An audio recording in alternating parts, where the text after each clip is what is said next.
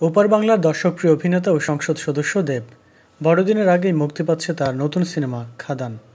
এই মুহূর্তে ছবির প্রচারে ব্যস্ত রয়েছেন অভিনেতা, ঘুরছেন সারা রাজ্যে। এর মধ্যে গত ৮ ডিসেম্বর তিনি যান মধ্যম গ্রামে। দেব যে সেখানে যাবেন সেই খবর আগে থেকে ছিল ভক্তদের কাছে।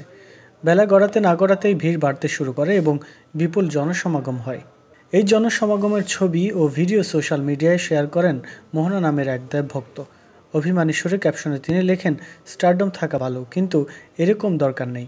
তুমি দেব না হয়ে অন্য কেউ হতে পারতে। আমি ভালোবাসতাম তোমাকে।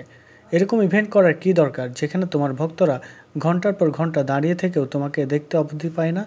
কাল 4 ঘন্টা দাঁড়িয়ে থেকে হাত পা কেটে নিয়ে ফিরে এসেছি। অনুরাগীরা এই অভিমান সুপারস্টার বুঝেছেন। তাই তো পোস্টে শেয়ার করে তিনি লিখেছেন, এর জন্য অত্যন্ত দুঃখিত মোহনা। এর পরের বার তোমার সঙ্গে দেখা করার আপ্রাণ চেষ্টা করব। তারকার এমন ব্যবহারে মুগ্ধ অনুরাগীরা। তাদের মতে এমনটা শুধুই দেবই করতে পারেন। তাই তার জন্য ভক্তদের পরাণ যায় জলিয়ারে।